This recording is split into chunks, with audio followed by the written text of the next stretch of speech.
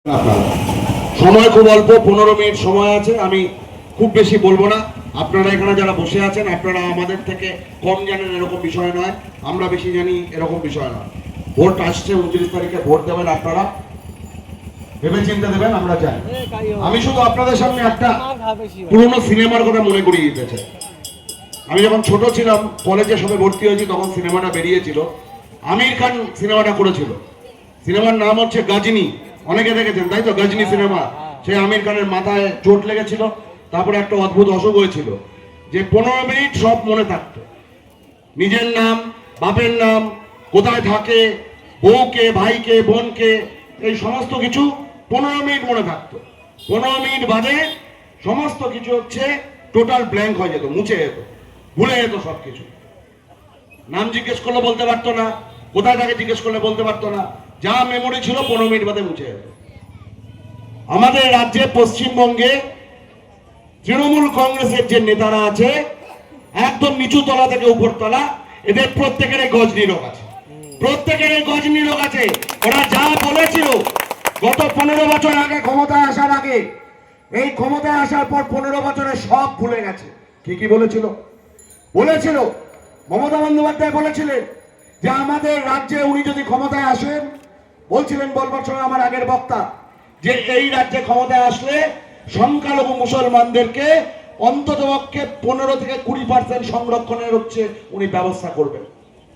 এই রাজ্যে গত 2025-এ যে মেডিকেল কলেজ, সরকারি মেডিকেল কলেজ, যেখানে ডাক্তারি পড়ানো হয়, সেখানে সরকারি মেডিকেল কলেজে আসন সংখ্যা হচ্ছে 3500।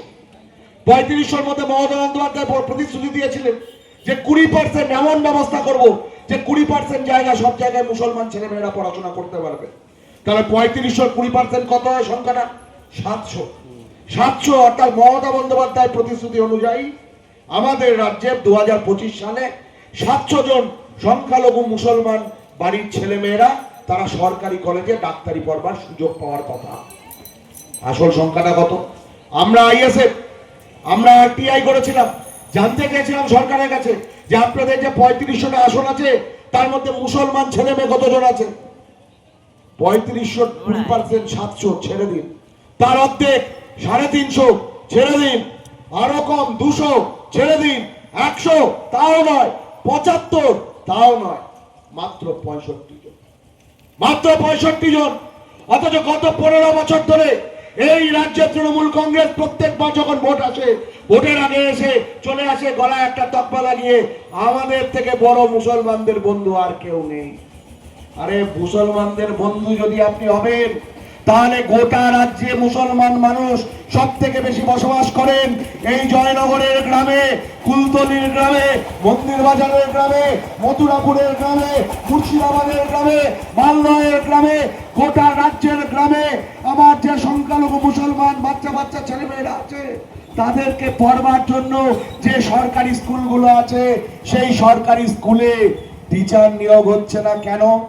কেন সরকারি স্কুলে যে টিচারদের চাকরি পাওয়ার কথা ছিল, তাদের চাকরিগুলো এই তৃণমূল কংগ্রেসের বুথ স্তরের নেতা, অঞ্চল স্তরের নেতা, ব্লক স্তরের নেতা, জেলা স্তরের নেতা তারা বিক্রি করে দিল। আর যাদের চাকরিটা পাওয়ার কথা ছিল, ভালো ভালো রেজাল্ট করে যারা আমাদের রাজ্যের গ্রামের ছোট ছোট বাচ্চা ছেলে মেয়েদেরকে ভালো শিক্ষা দিতে পারতো, তারা আজকে ধর্মতলাতে কেন বসে আছে হাজার হাজার দিন ধরে? এই প্রশ্ন করতে যাবেন, মমতা রেগে যাবে। এই প্রশ্ন করতে যাবেন, সায়নী ম্যাডাম রেগে যাবে। এই প্রশ্ন করতে যাবেন, মমতা বন্দ্যোপাধ্যায় রেগে যাবে, বলবে ভোটটা যদি না দিস, ওই দেখ গেরুয়া ঝান্ডা কাঁধে নিয়ে শুভেন্দু অধিকারী এই চলে এলো বলে। আমরা বাবা এসে বলতে চাইছি, দিদি আর কতদিন, আর কতদিন এই বিজেপির জুজু দেখিয়ে আমাদের রাজ্যের মুসলমানদেরকে আপনি ভয় দেখাবেন? আর কতদিন আপনি বলবেন যে তৃণমূলকে ভোটটা না দিলে এই রাজ্যটা যোগী আদিত্যনাথের উত্তরপ্রদেশ হয়ে যাবে? আমরা বাম আইএসএফ বলছি, এই রাজ্যটা যোগী আদিত্যনাথের উত্তরপ্রদেশ হতে বাকি আছে কি আদৌ? এই আমাদের পাশের বিধানসভা বারুইপুর পশ্চিম, এই বারুইপুর পশ্চিম বিধানসভায় আজ থেকে 8 মাস আগে একজন গরিব টোটো চালক শুধুমাত্র করিম মোল্লা নাম হওয়ার জন্য তাকে মাঝ রাস্তায় পিটিয়ে আধমরা করে খালের ধারে ফেলে দেওয়া হয়েছিল। 8 মাস কেটে গিয়েছে। এই 8 মাসে বারুইপুর পশ্চিমের যিনি এমএলএ, বারুইপুর পূর্বের যিনি এমএলএ, মগরাট পূর্বের যিনি এমএলএ, জয়নগরের যিনি এমএলএ, তারা কেউ করিম মোল্লার বাড়ি গিয়ে একটু খোঁজ নেননি। একবারে তার পাশে গিয়ে বলেননি যে ভাই তোর উপর যারা আক্রমণ করেছে তাদেরকে আমরা জেলে পড়বার ব্যবস্থা করছি, করেনি কেউ। এই পশ্চিমবঙ্গে আসানসোলে একজন গরিব ব্যবসায়ী, সে রাস্তার ধারে বসে লেবু বিক্রি করছিল, দাঁড়িয়ে আর কপালে টুপি দেখে তাকে লাঠি মেরে তার লেবুর ঝুড়িটাকে ফেলে দিয়ে তাকে মারধর করা হয়েছে। এই পশ্চিমবঙ্গে গ্রেপ্তার হয়েছে। দিদির পুলিশ ওরকম নয়, গ্রেপ্তার করে, একদিনের জন্য গ্রেপ্তার করে, একদিনের জন্য গ্রেপ্তার করে। আর ওয়াকফের আন্দোলনকে করবার জন্য, মোদী সরকারের কালা কানুনের বিরোধিতা করবার জন্য, যারা মুসলমান ধর্মের ঈমানকে রক্ষা করবার জন্য রাস্তায় নামে, তাদেরকে এই সরকারের পুলিশ 40 দিন গ্রেপ্তার করে। এই সরকারের সঙ্গে যোগীর সরকারের কোনো পার্থক্য আজকের তারিখে নেই, তাই এই সরকারটাকে বদলাতে হবে। সবাই বলছে বদলাতে হবে, বহু মানুষ বলছে বদলাতে হবে, কিন্তু তার মধ্যে অনেক মানুষ আবার বলছে ওরে বাবা বদলে কাকে আনবো? এই বাম আইএসএফকে। ও তো নওশাদ সিদ্দিকীর সঙ্গে জুড়ে গেছে, ও তো মোল্লাদের দল হয়ে গেছে। এই মোল্লাদের দল আনলে এই পশ্চিমবঙ্গ আর পশ্চিমবঙ্গ থাকবে না, পশ্চিম বাংলাদেশ হয়ে যাবে, এখানে মোল্লাদের রাজত্ব চলবে। আমাদের দরকার হিন্দুদের সরকার বলে বলছে হিন্দু হিন্দু ভাই ভাই, বাকি কারো ঠাঁই নাই, বিজেপিকে ভোট দিতে হবে। যারা ভাবছেন বিজেপিকে ভোট দিলে এই রাজ্যটাকে বাঁচাতে পারবেন, তাদেরকে বলতে চাই আপনারা একটু ওই ছোটবেলাকার অঙ্কটা করুন, একদম ক্লাস 1, 2, 3 এর অঙ্ক। যে আজ থেকে 5 বছর আগে 2026-এর যখন নির্বাচন হয়েছিল, 2021-এর যখন নির্বাচন হয়েছিল, তখন এই রাজ্যের মানুষ বিজেপিকে 77টা এমএলএ দিয়েছিল, 77টা। আজকে এই 26-এর নির্বাচন 5 বছর হয়ে গেছে, এই নির্বাচনের আগে বিজেপির এমএলএ কটা? 62টা, 65টা, 12 জন এমএলএ। 77 ছিল 2021-এ, 2026 ইলেকশনের আগে 65, 12 জন এমএলএ গত 5 বছরে বিক্রি হয়ে গেছে তৃণমূলের কাছে, কিনে নিয়েছে তৃণমূল। তাহলে এই বিজেপি যে 5 বছরে 12টা এমএলএ বিক্রি করলো, প্রত্যেক বছরে গড়ে 2টোর বেশি এমএলএ বিক্রি করলো, এই বিজেপি আপনাদেরকে বাঁচাবে? এই বিজেপি এই রাজ্যকে তৃণমূলের হাত থেকে বাঁচাবে? আরে যদি বাঁচাতে পারে কেউ, তাহলে খেয়াল রাখুন, ওই 2021-এই সংযুক্ত মোর্চার একটা মাত্র এমএলএ হয়েছিল ভাঙড় বিধানসভা থেকে, আইএসএফ এর এমএলএ, সংযুক্ত মোর্চার এমএলএ, সিপিএম আইএসএফ ছোটের এমএলএ নওশাদ সিদ্দিকী। 5 বছরে 500 বার তার উপরে প্রলোভন দেখানো হয়েছে, টাকার বান্ডিল নিয়ে যাওয়া হয়েছে, মিথ্যে কেস দেওয়া হয়েছে, 42 দিন জেলে পড়া হয়েছে, কত রকমের নোংরা অভিযোগ আনা হয়েছে। এই 5 বছরে মমতা বন্দ্যোপাধ্যায়, অভিষেক বন্দ্যোপাধ্যায়, তৃণমূল কংগ্রেসের একটা লোকেরও ক্ষমতা হয়নি ওই বাঘের বাচ্চাটাকে কেনবার। যদি ভোট দিতে হয়, এই বাঘের বাচ্চা যাদের সঙ্গে আছে তাদেরকে ভোট দিতে হবে। ভোট যদি দিতে হয়, তাহলে বাম আইএসএফের জোটকে ভোট দিতে হবে। কারণ পরীক্ষিত সত্য যে গত 5 বছরে 12টা এমএলএ বিজেপির বিক্রি হয়েছে, একটা এমএলএ কংগ্রেসের হয়েছিল উপনির্বাচনের পর, সাগরদিঘিতে বাইরন বিশ্বাস 1 মাস থেকে বিক্রি হয়ে গেছে। কিন্তু এই বাম আইএসএফ জোটের একমাত্র এমএলএ নওশাদ সিদ্দিকী 5 বছর শুধু টিকে আছে তাই নয়, গোটা রাজ্যে সংযুক্ত মোর্চার একমাত্র বিধায়ক বলে নওশাদ ভাই জেনেছেন যে তার দায়িত্ব শুধুমাত্র ভাঙড়ে নয়। পারতেন তো নওশাদ সিদ্দিকী শুধুমাত্র ভাঙড়ে থাকতে, শুধুমাত্র ভাঙড়ের এমএলএ হয়ে ভাঙড়ে কি করা যায়, ভাঙড়ের কি সমস্যা, তাই নিয়ে বিধানসভায় কথা বলতে পারতেন। কি দরকার ছিল নওশাদ সিদ্দিকীর? আজকে এই ইলেকশনের সময় আপনারা দেখতে পাচ্ছেন প্রত্যেকদিন সোশ্যাল মিডিয়াতে, আজকে ভাঙড়ে, কালকে চলে গেছে রায়গঞ্জে, কালকে রায়গঞ্জে, তারপরের দিন চলে এসছে নদিয়াতে, নদিয়াতে পরশুদিন চলে গেল আবার উত্তরবঙ্গে। গোটা রাজ্য চষে বেড়াচ্ছেন। ভাঙড়ের এই কঠিন নির্বাচন, উল্টো দিকে একটা মাস্তান দাঁড়িয়ে আছে, যে মাস্তানকে হাত ধরে এই 2 দিন আগে মমতা বন্দ্যোপাধ্যায় বললেন এ আমার ডান হাত, বলেছেন না? বলেছেন না? কিরকম পাল্টিবাজি ভাবুন, যাকে হাত ধরে বলছে ডান হাত।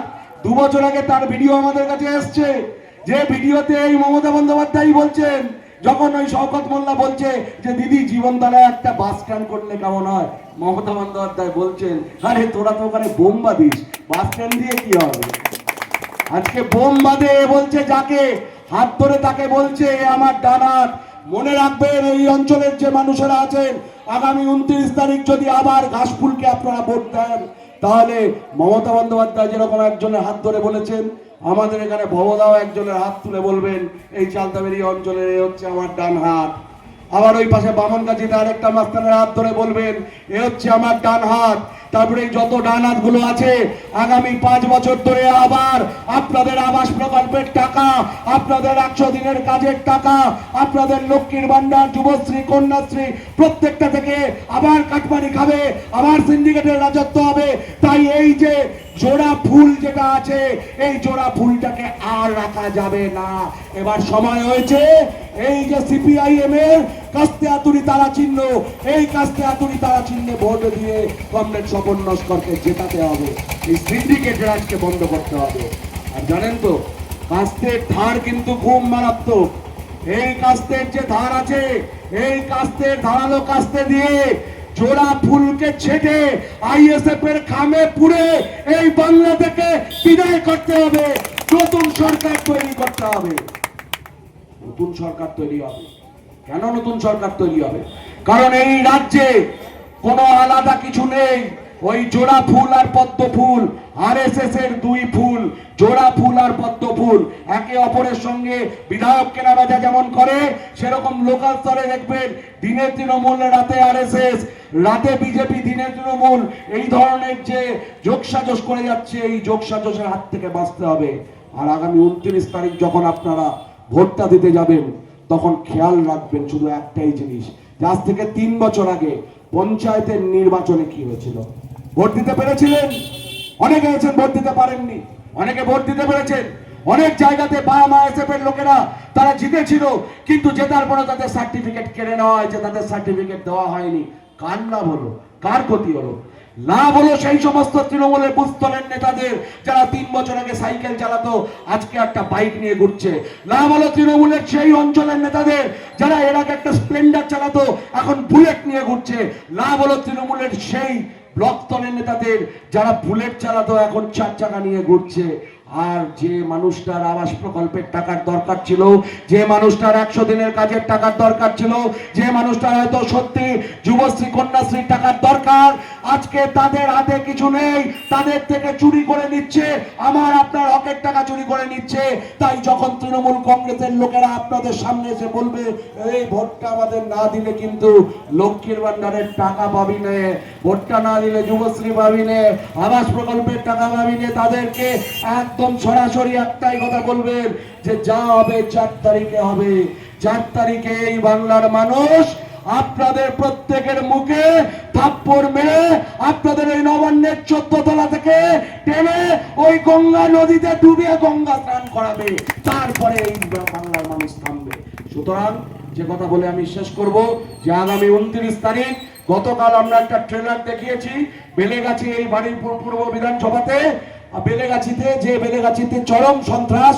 গত 1.5-2 বছর ধরে বামপন্থীদের আইএসএফদের একটার পর একটা প্রোগ্রাম ওকে আমাদেরকে ক্যান্সেল করিয়েছে।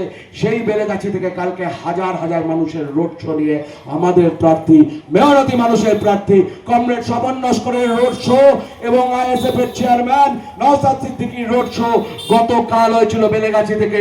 বেলেগাছির মানুষ তারা দেখিয়ে দিয়েছে এবং আগামী দিনে শুধু বেলেগাছি নয়, হারদা দেখাবে, বৃন্দাখালী দেখাবে, চালতাবেরিয়া দেখাবে, বামনগাছি দেখাবে, গোটা বারুইপুর দেখাবে, গোটা দক্ষিণ 24 দেখাবে, গোটা রাজ্য দেখাবে যে আগামী দিনে তৈরি হবে বিকল্প সরকার, বাম আইএসএফ জোটের সরকার।